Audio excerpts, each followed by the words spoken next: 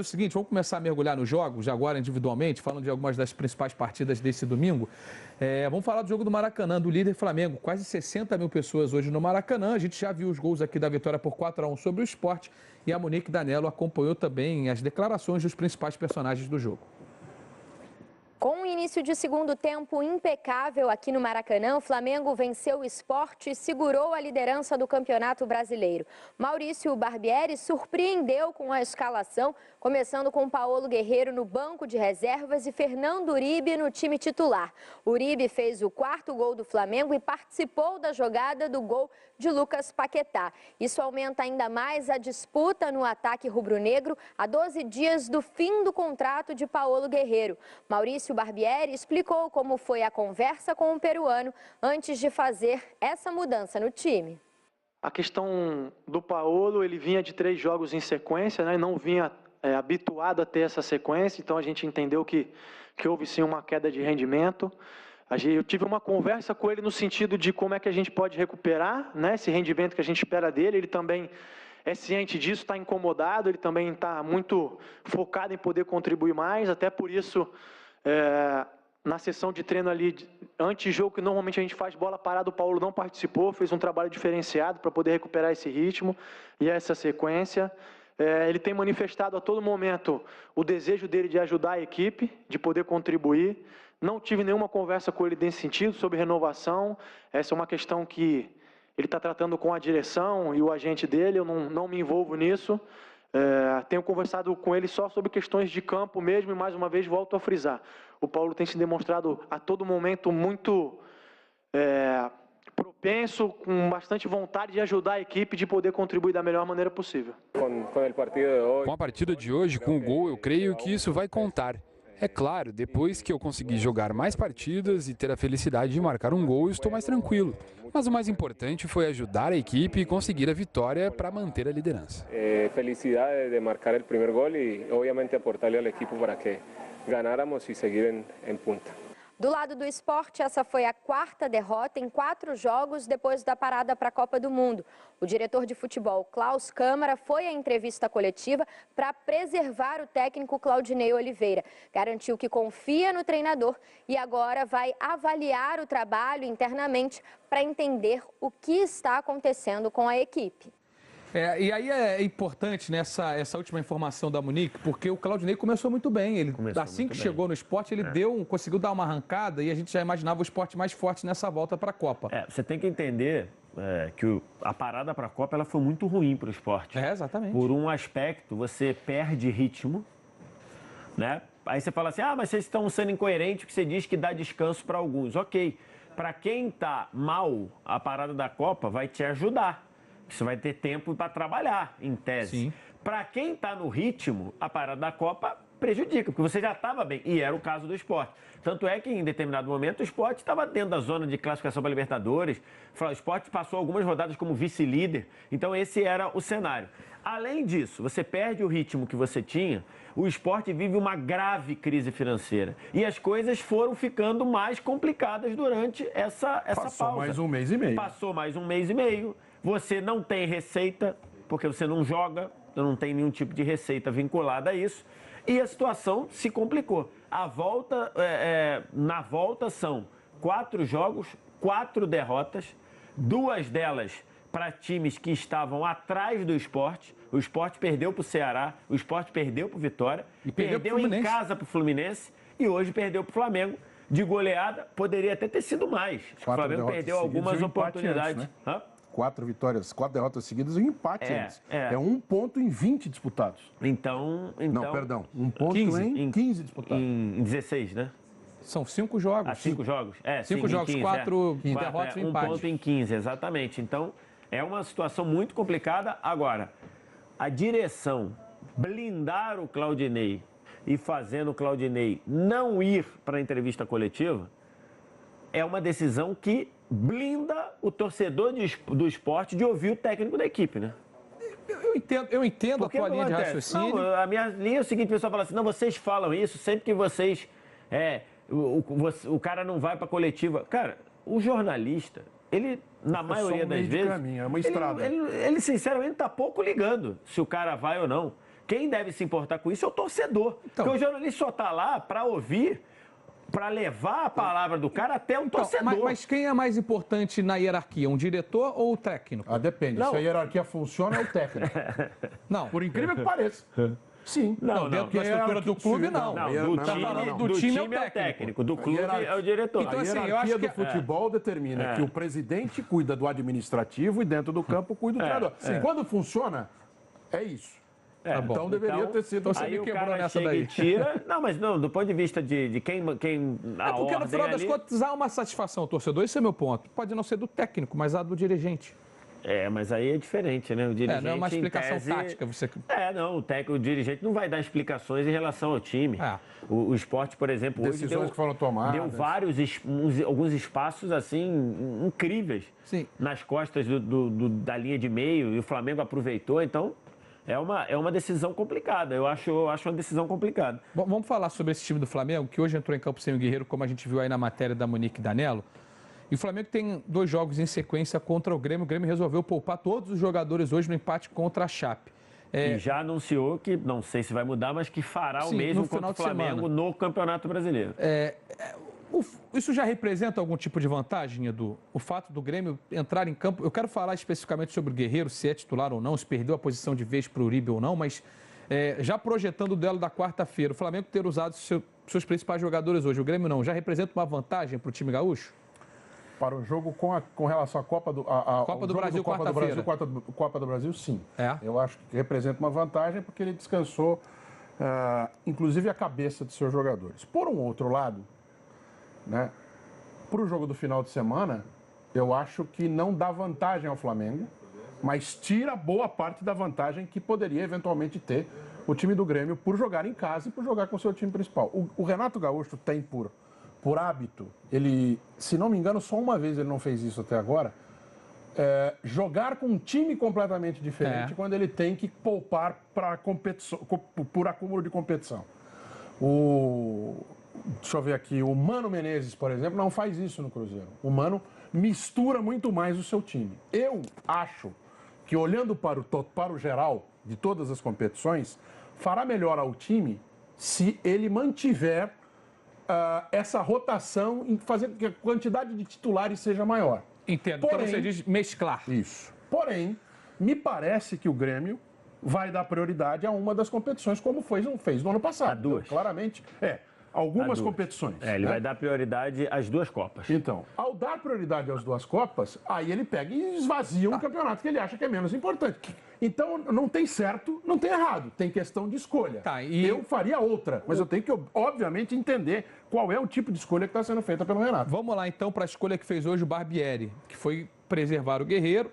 E eu vou usar a expressão preservar, porque quando ele fala que o Guerreiro vem de 3 jogos em sequência, que não estava habituado com isso, eu entendo que a não utilização dele hoje foi algo calculado em cima também dos desgastes. Mas, Vitor Sérgio Rodrigues... Mas depois ele falou sobre desempenho. Então, aí eu ia chegar lá. Contra o Santos, no último jogo, o Guerreiro não foi bem. E já não tinha ido bem contra o Botafogo. Sim, mas assim... Já não tinha ido bem contra o São Paulo. Anterior contra o São Paulo. Mas é porque aí também tem a questão na minha interpretação, né? Tem a questão da readaptação dele ao time, não sei nem se é necessário. Mas o Uribe entrou, já tinha jogado bem contra o São Paulo, apesar das 2 oportunidades que perdeu. E agora entra desde o início e faz o seu primeiro gol. E uma assistência. Você já efetivaria o Uribe como titular do Flamengo, Vitor? Sim, eu efetivaria por 2 aspectos. O primeiro, o Guerreiro está muito mal. Tecnicamente, o Guerreiro está muito mal. Aí o pessoal, o torcedor do Flamengo, a maior parte com que eu vejo se manifestar em Twitter, o pessoal está com uma bronca muito grande do Guerreiro. Principalmente também porque ele não faz muitos gols, mas aí é um pouco do pessoal não observar qual é a carreira do Guerreiro. Aliás, a média de gols do Guerreiro no Flamengo é maior do que a média de gols dele na carreira, então ele está sendo performando até mais do que ele está ligeiramente superior à média de gols do que ele fazia. Ele não é fazedor de gols. Ele não é esse artilheiro que o pessoal estava falando. Então, mas ele não estava nem fazendo as coisas que ele sempre fez muito bem, que é aquela preparação de jogada, aí receber um tijolo, a bola gruda no peito dele e ele abastece quem vem, conserta tijolo que o pessoal manda. Nem isso ele estava fazendo. A bola do Flamengo contra o Santos, as bolas que foram no Guerreiro pareciam aquela bola de pinball. Sim, sabe, bate e volta, bate e volta, bate e volta, bate e volta. Você tá vendo um cara de colete verde ali na comemoração? Era o Henrique Dourado. Era o Dourado? Era o Dourado. Que agora ele parece carta fora do baralho, né? Então... Até pelo esquema que o... não é nem esquema, é o sistema escolhido pelo time do Flamengo para jogar. Então é como se o sistema do Flamengo ele cuidasse muito da bola. E ao cuidar muito da bola, ele meio que exclui o do Henrique Dourado. Seria mais ou menos como se fosse isso. Se fosse para bater só pênalti, o Uribe é o jogador mais talhado taticamente para ocupar o espaço? Em relação ao Dourado, sim. Em relação ao melhor guerreiro, tenho minhas dúvidas. Também não. Mas em relação ao Dourado, sim. O Dourado é aquele tipo de jogador, quanto menos ele toca na bola, mais produtivo ele é. Por quê? Porque ele só vai tocar na bola em posição de finalizar. Sim. E não é isso que estava acontecendo no Flamengo na pré-Copa. Então a parte técnica eu já falei do Guerreiro. A outra questão é a parte de contrato. Por que eu estou falando a parte de contrato? Porque é uma situação muito ruim para os dois. Para os dois. Por Termina quê? Agora, né? O contrato termina no dia 10 de agosto. 10 de agosto, certo? Aqui, 18, e aí, 13 dias. E aí, por que fica ruim para os dois? Porque se o Guerreiro entra e mete 3 gols, fica bom para o Flamengo do ponto de vista dos 3 gols dele. Tá, esportivamente fica bom. Esportivamente fica bom, mas em termos de negociação fica ruim. O Guerreiro, quando entra e pisa na bola, como ele pisou no jogo de hoje, para ele fica ruim do ponto de vista de contrato. Porque cada coisa que ele faz de bom, sobe o preço dele no contrato. Cada coisa que ele faz de ruim, desce o preço dele no contrato. Mas interfere pro Guerreiro? Eu acho que interfere. Para jogador que não tem a carreira como a do Guerreiro, talvez interfira, mas o Guerreiro já tá com 30 e tantos, já fez tudo que tinha para fazer no futebol. Mas o Guerreiro tá querendo negociar para ter 3 anos de contrato. Tá querendo negociar ganhando o que ele ganha hoje. E eu acho que ele não tem mais esse cacife para fazer isso. Quando o Flamengo traz o Dourado e traz o Uribe, ele tá passando a mensagem pro Guerreiro e dizer, vem baixo na negociação que eu já não tô com a corda no pescoço como estava quando te contratei. É uma coisa que eu quero perguntar sobre o Guerreiro. Esse é um ponto. Então eu acho que até ele entrar, até ele renovar o contrato ou definir que ele sai, eu não sei se vale ficar insistindo com o Guerreiro. Então, aí que tá, a gente escutou o Barbieri... E atrasando a adaptação do Uribe. A gente escutou o Barbieri falando sobre as conversas que ele teve com o Guerreiro. Eu não converso com o Guerreiro sobre contrato, sobre situação. O que faz o técnico numa situação como essa, Edu? O técnico, sabendo do término iminente do contrato do jogador, a decisão tem que ser do técnico, tem que ser da diretoria? Voltando daquele debate de hierarquia, porque esse cenário que o Vitor Sérgio construiu é um cenário que ele é técnico, né? Pode ser importante ali no campo, mas ele também é mais amplo por conta de negociação. Sim, quem que toma essa decisão? Acredito que quem deva tomar a decisão é só quem está dentro do campo. As decisões com relação a jogar ou não jogar. Mas quem está dentro do campo sabe que está todo esse cenário se passando por fora. Então, mas aí ele... Então, mas uma coisa é o meu chefe virar para mim e falar assim, faça tal coisa, né? E outra coisa é eu saber do cenário todo e poder debater com o meu chefe, fiz ou deixei de fazer. Sim. Então eu acho que a escolha melhor para o Flamengo nesse momento é se ela ficar concentrada no treinador, né? Sem que a diretoria se interfira a ponto de dizer joga ou não joga, até porque ele não é burro, ele sabe que todo esse cenário está passando. Eu acho que isso pode acontecer, Edu. Vamos supor. Não, eu acho que deva estar acontecendo. Eu sou. Pela resposta do Barbieri, eu acho que é isso. Eu sou o dirigente, você é o Barbieri. Aí eu chego para você e falo assim, Barbieri, olha só, eu combinei com o Guerreiro que ele não vai fazer o 7º jogo antes de decidir se fica ou vai. Porque também nesse lado você tem que ver o lado do jogador. Claro, você tranca ele no seu time. Você tem que ver o lado do jogador. Se ele pode jogar 6 jogos, jogou hoje o 6º jogo. Se ele fizer o 7º, você fecha... Só pode ser vendido para o exterior. Só pode ser vendido ou para a Série B. Esquece, né? Que ninguém não vai jogar. Então ele teria que sair do país. Então, o cara pode chegar pro Barbieri e falar, Barbieri, dirigente, combinei com o Guerreiro. Eu, Lomba, combinei com... Lomba ou eu, sei lá, o Noval, combinei com o Guerreiro que ele não fará o 7º jogo. Aí sim, mas isso não é uma decisão que já está tomada entre eles.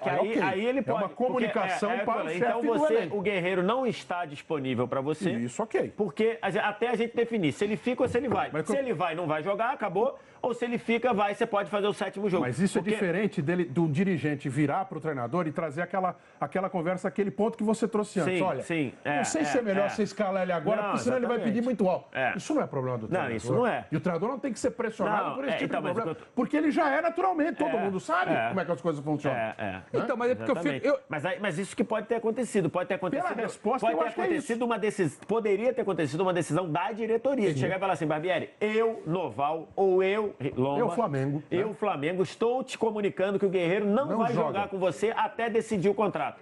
Aí fica fácil pro técnico também. O técnico pode até chegar e brigar. Falar, pô, cara, que isso, você vai me ferrar. É decisão tomada. O técnico fala, beleza, ele vai na coletiva e fala, por que o Guerreiro não tá jogando? Não tá jogando porque a direção não colocou ele à disposição. Se vocês quiserem, pergunta pro dirigente. Acabou, acabou. Eu acho que não é por aí. Não é por aí. Agora, não é por aí até agora. Porque agora é o 7º jogo. O 7º jogo... Então, mas e na Copa do Brasil?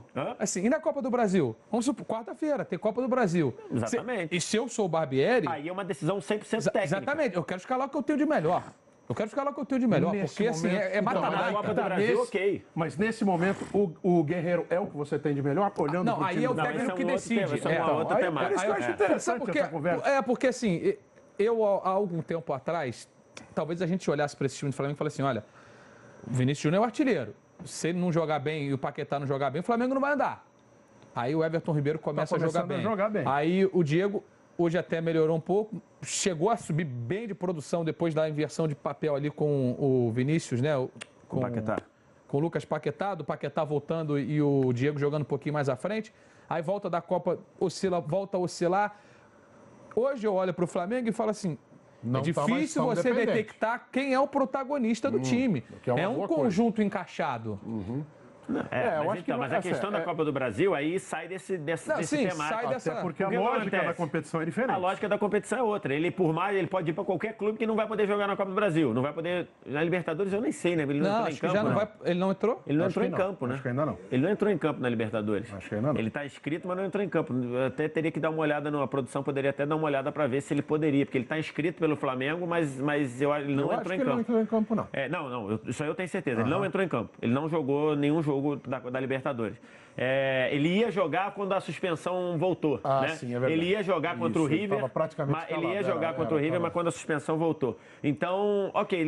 Agora, a questão do 7º jogo é um componente interessante. Por quê? Porque se o Guerreiro jogar a 7ª partida, o Guerreiro perde o mercado brasileiro. O Guerreiro perde a capacidade de jogar no mercado brasileiro. Tem que ver quem no Brasil tem capacidade também de competir, de chegar, de brigar, de mostrar o interesse. Não sei se o Flamengo... Então, mas aí pode ser. Tem que ver se de um jeito ou de outro... Tem que ver se o Guerreiro, para ir para outro clube do Brasil, talvez não abaixe o salário. Porque a saída dele do Corinthians se dá com ele pedindo um valor para o Corinthians e fechando por menos com o Flamengo. Então pode acontecer de novo. É porque assim, eu na condição de Flamengo, se eu fosse dirigente do Flamengo, eu tenho o Guerreiro na minha mão. Eu quero avançar para falar do Vitinho já. Eu tenho o Guerreiro na minha mão. Tem muita mensagem de Guerreiro aqui. Quero renovar com o Guerreiro. Porque o Guerreiro saindo daqui, ele sai de graça. O Flamengo não leva nada no dia 10 de agosto. Não leva nada. Então assim, eu tenho o Guerreiro em minhas mãos. Para mim, só tenho duas possibilidades aqui. Ou o Guerreiro joga para mim, ou ele não joga para ninguém.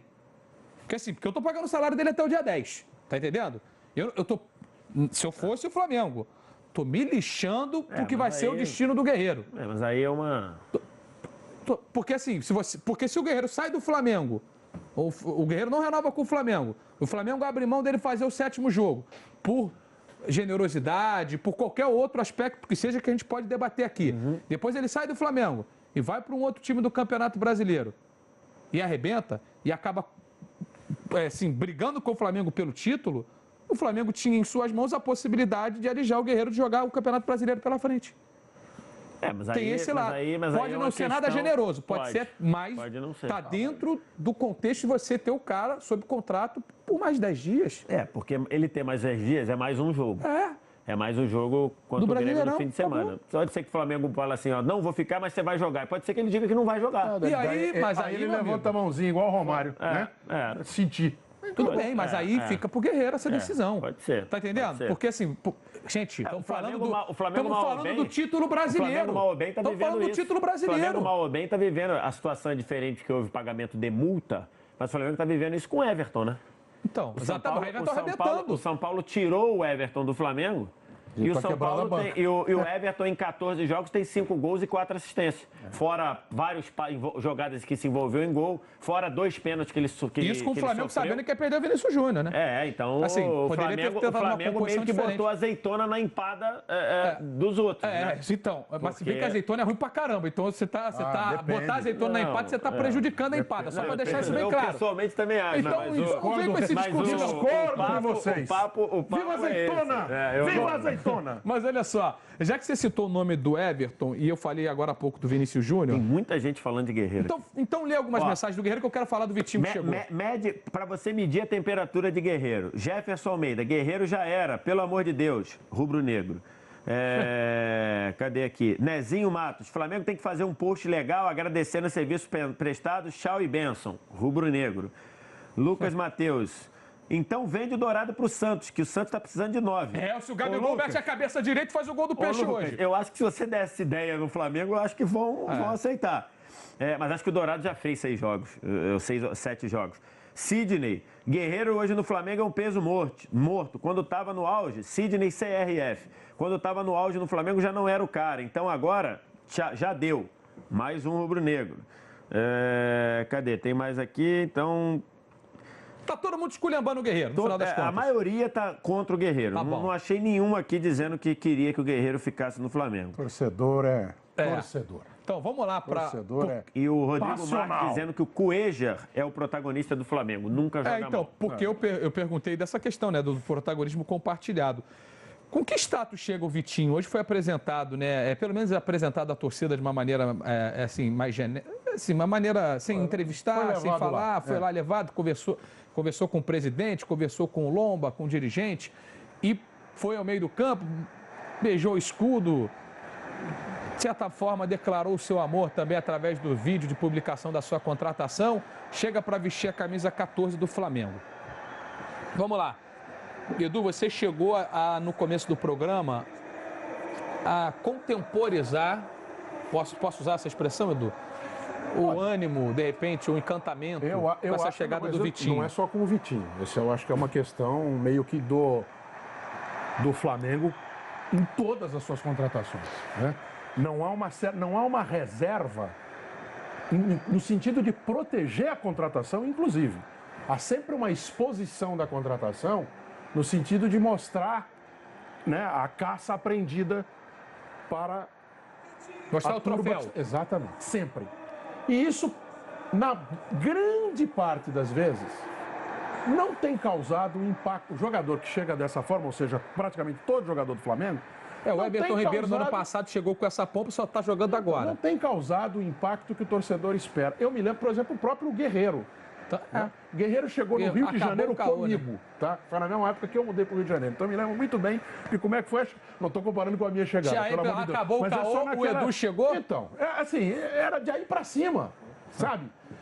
E talvez um pouquinho, não é, veja bem, não é pompa, não é circunstância, é um pouquinho mais de preservação do cara antes dele entrar em campo. Eu acho que seria favorável para diminuir a pressão em torno do cara, porque jogar no Flamengo é pressão de qualquer jeito. E aí, em cima disso, Vitor, qual é o status que ele chega? Porque assim, porque o Edu fala... Vou dar um exemplo. Não tem o que fazer, não tem como não ser isso. Eu me lembro falando do Flamengo, tá falando pro bem ou pro mal. Quando eu comecei como repórter no Corinthians, naquela época o Corinthians treinava no Parque São Jorge, né? Então quando chegavam jogadores contratados, tinha um bar que chamava Bar da Torre, capaz de haver até hoje, eu não moro mais em São Paulo há quase 20 anos, mas no Bar da Torre tinha uma sirene. Isso. E quando chegava jogador do Corinthians que merecia tinha essa esse destaque, tocava o raio da sirene, o cara entrava com o carro. Isso acabou no Corinthians. E eu quero que alguém me prove que de lá para cá as contratações pioraram, porque sumiu a sirene. Né? Não só a sirene, mas o símbolo do que isso quer dizer. Olha que nós estamos chegando, está chegando a solução para os nossos problemas. O Corinthians parou de fazer isso e começou a ganhar título um atrás do outro. Mas não então tem, eu acho que quando a gente fala de... Eu acho que o Flamengo evoluiu em relação a isso. Eu acho que o Flamengo evoluiu. O Flamengo Flamengo já fez coisa muito piores. O que foi o Ronaldinho, com a Gávea aberta e as pessoas com palanque. Eu acho que ainda é eu acho que o Flamengo evoluiu nisso. Acho que menos do que isso daí não vai repercutir, ainda mais agora com mídia social. Daí alguém vai lembrar aqui que o Real Madrid leva o cara lá para fazer... Tudo bem, mas eu acho que não dá para comparar as contratações que faz o Real Madrid com todas as contratações. Sim, mas é que porque faz o cara que tem esse tipo... E sincero e honestamente, o Vitinho tá vindo de 5 anos no CSKA, então, certo? Ele fez um bom campeonato, acho que foi 2013. Não, ele jogou, voltou, jogou no Internacional, depois jogou no Internacional. Então, mas assim, porque esse tipo de... O Vitinho, ele só teve essa apresentação hoje junto à torcida porque ele é o Vitinho. Porque se o Flamengo tivesse contratado... E o Vitinho era um cara cobiçado dentro do mercado, é a maior contratação da história do Flamengo. 10 milhões de euros. O Wagner Love também chegou a custar a mesma coisa, mas como saiu depois no meio do caminho, abateu essa negociação com o próprio CSKA. Acabou ficando 4. Acabou ficando 4, mas o negócio era de 10. Então, assim, se é uma contratação menos midiática, não tinha esse tipo de apresentação. Eu entendo o que o Edu falou, mas isso denota um determinado status nessa chegada do Vitinho, Vitor. Não, mas... Você tem aí um componente de um cara que que é rubro-negro e que tem esse desejo e sempre defendeu, sempre disse que queria jogar no Flamengo, que se esforçou para jogar no Flamengo. Um cara que tem as características que o Flamengo precisa há algum tempo para essa posição, porque se você pegar o Flamengo, ele achou ali no Vinícius Júnior, desde que o Everton foi vendido aí, então ele achou nos últimos 3 meses um jogador com as características que o Flamengo precisa, mas o Flamengo procura esse jogador, pelo menos desde 2015. Vinícius Júnior saiu como artilheiro do Flamengo no campeonato. Não, no Flamengo e na temporada. Acho também. Que no campeonato o Paquetá passou ele hoje, mas sim, na mas temporada... o Vinícius era o artilheiro quando saiu. Na temporada o Vinícius Júnior, se eu não me engano, ainda é. Então, as características do futebol do Vitinho casam com o que o Flamengo precisa desde 2015. É um ponta que é rápido, é um ponta bom no 1 contra 1, é um ponta que faz gol. Então o Flamengo foi buscar alguém com essas características. Um cara jovem, ele tem 24 anos, então o Flamengo pagou 10, mas o Flamengo tem condição de conseguir uma revenda com o Vitinho. Vamos supor que o Vitinho fique 3, 4 anos no Flamengo e com 28 ele se destaque para ir para outro lugar. O Flamengo pode conseguir uma reposição em termos de dinheiro. Então o Flamengo, acho que ele fez o certo. O Flamengo deu um upgrade? O Flamengo... Em relação ao Vinícius Júnior. Em relação ao Vinícius Júnior. O Vitinho hoje não é mais pronto? Eu acho não que tá mais preparado? Para o curto prazo, a troca Vitinho-Vinícius Júnior, eu acho que ela tem a tendência de ser melhor para o Flamengo. No médio prazo, eu acho que não. Eu acho que no médio prazo, o Vinícius tem mais potencial para evoluir. Aos 24 anos, você imagina o Vinícius à frente do Vitinho. Não vai estar voltando coberto de glória para o Flamengo se tudo der certo para ele. Não vai. Se tudo der certo. Não vai, ele vai estar jogando e quebrando a banca no Real Madrid. Então, mas, por exemplo, se com 23 anos o Vinícius quiser voltar, ele vai ter essa mesma recepção. Mas o Vinícius Júnior eu vejo sentido. Por quê? Porque pelo jeito que ele saiu do Flamengo. Tá, mas olha só, se o Vinícius Júnior volta aos 23 é porque alguma coisa não deu certo. Mas com o Vinícius Júnior eu vejo sentido com 35, com 29, mês que vem. Pela identificação que ele tem. Pela identificação que ele teve, pela forma que ele saiu. Mas o Vitinho tem meio que essa identificação também por sempre ter sido... E porque foi uma vitória. Edu, quando você usou a questão da caça, de levantar o troféu, eu acho que aí, cara, é isso. O Flamengo, o Vitinho era cobiçado. Você conseguiu contratar o cara. Mostra lá. Mas a parte do cobiçado, muitas vezes a gente cobiça o que a gente... Bom, enfim. Vamos... Torço para que ele quebre tudo, vire o melhor jogador, vire o segundo melhor que o Zico. Porque eu só não quero que ninguém passe o Zico. Mas eu acho que não vai ser. Eu acho que não tinha como fugir disso. Tá. Porque você tem mídia social, você tem... Botar o cara no jogo. Quando é que ele vai jogar a primeira vez? Talvez ele quer jogar quarta. Então, quarta-feira ele entra com a 14, vira pra lá, dá tchauzinho. Não entra hoje num outro jogo. Sabe, eu acho isso um pouco exagerado. Como eu também achei, no dia que, por exemplo, o Gabigol saiu do Santos, fizeram uma placa pra ele, uma festa pra ele. Eu olhava para aquilo e falava assim, eu não tô entendendo muito bem. Quantas vezes ele foi campeão do mundo pelo Santos? Quantas vezes... Eu acho que há uma sobrevalorização de algum... Não é figura, não é nada contra o Gabigol, pelo amor de Deus, mas é um momento, a história entrega. Né? Então, mas o momento é esse. O nosso momento, por exemplo, o Vinícius Júnior, eu acho que o dia que voltar pro Flamengo, se voltar, merece. Vamos botar o Vitor. Você levantou um questionamento sobre uma possível utilização do Guerreiro na Libertadores. A gente busca aqui o regulamento e mostra para. Artigo 59. Isso aí, artigo 59. Um jogador não poderá ser inscrito por mais de um clube na mesma edição do torneio. Então, portanto, o Guerreiro não poderá jogar por outra equipe na Libertadores da América. Exatamente. Ele até poderia, até a janela de inscrição permite, mas como ele já foi inscrito pelo Flamengo, ele não pode ser inscrito por outro torneio nesta Libertadores. Então, o Guerreiro, ele já está bloqueado para a Copa do Brasil, já está bloqueado... Não, a Copa do Brasil ele ainda não jogou, Copa do Brasil ele não jogou, né? Pode ser. Se ele não entrar em campo na quarta-feira, ele eventualmente... Pode... Não, mas aí já fecha a inscrição, é verdade. Acaba terça. Então, ele já vai estar bloqueado para a Copa do Brasil, bloqueado para a Libertadores. Se fizer o 7º jogo, está bloqueado também para o Campeonato Brasileiro. Tinha muita gente dizendo aqui... Eu quero falar do vice-líder São Paulo. Enquanto você vai buscando as mensagens, já vou preparar o assunto de São Paulo. Começa a mandar na hashtag fim de papo a vitória do Tricolor sobre o Cruzeiro hoje no Mineirão. Assim, ó, não, eu tô com o Vitinho, eu tô com o Luiz. Tem que botar o Guerreiro em campo mesmo pro 7º jogo. Não consegui achar aqui a mensagem. Só que é o seguinte, né? O cara pode dizer que não joga, pode arrumar uma lesão muscular. Enfim, mas aí é aquele negócio. Eu, se fosse dirigente, faria isso. Bom, vamos falar.